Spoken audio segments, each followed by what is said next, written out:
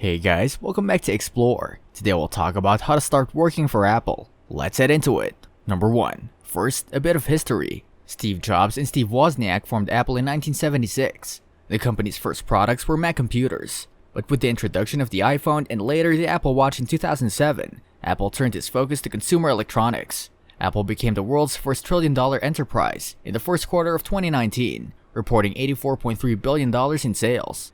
Apple's headquarters, also known as campuses, are spread all over the world. Apple Park, the company's circular spaceship-like headquarters, is located in Cupertino, California. As of September 2018, the company employed approximately 132,000 people, along with new campuses in Austin, Culver City, San Diego, and Seattle. The company recently announced plans for development, including the creation of 20,000 new jobs in the US by 2023. Number 2. How to interview at Apple. The interview process was typical of a company of this size. I'll have 3 phone screens, followed by an all-day on-site interview.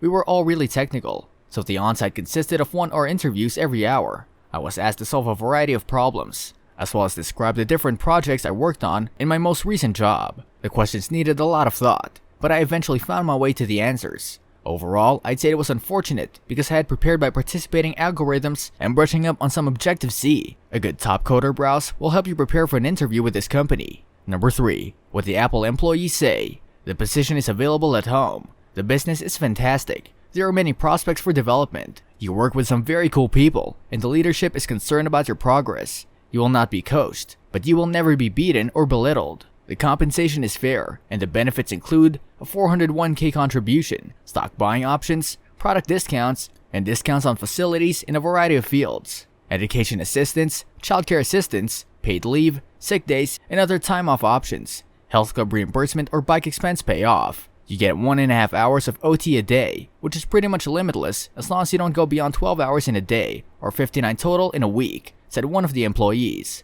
Another Apple employee mentioned that supportive management, fascinating challenges, fair pay, and nearly everyone is committed to the product. First-rate colleagues, and my organization's culture were welcoming. I was able to concentrate on the job in a way that I couldn't at other larger organizations, and I understood that my effort was making a huge difference for users. The skills I learned here have applied to other jobs I've had since, and I'm confident that I'm a stronger engineer as a result of my time here.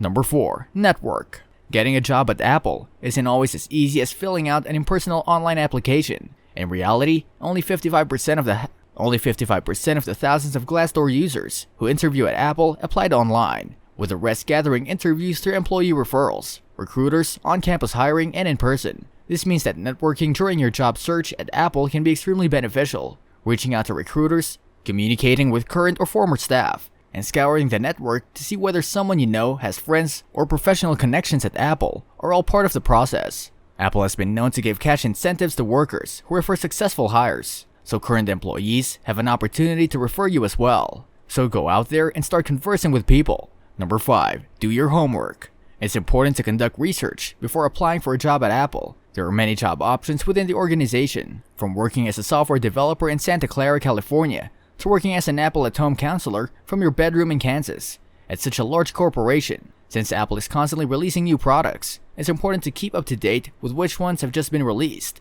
and which are currently in the works. It is also important to look at their quarterly results. For example, Apple recently released its Quarter 2 report for 2019 financials, which showed a decrease in iPhone sales but a rise in iPad and wearable sales. You can also use Google or other software to set up a news alert so that you can be alerted as soon as a major Apple news is released. Number 6. Your resume. Your resume is the foundation stone upon which your work application is designed. Make sure your resume is well polished, proofread, and coherent. Don't be afraid to show your resume to peers, family members, and co-workers who can help you catch mistakes. You'll be able to apply for positions as soon as they're posted if you have a ready-to-go resume. Number 7. Practice for the interview. Apple is one of the world's largest technology firms.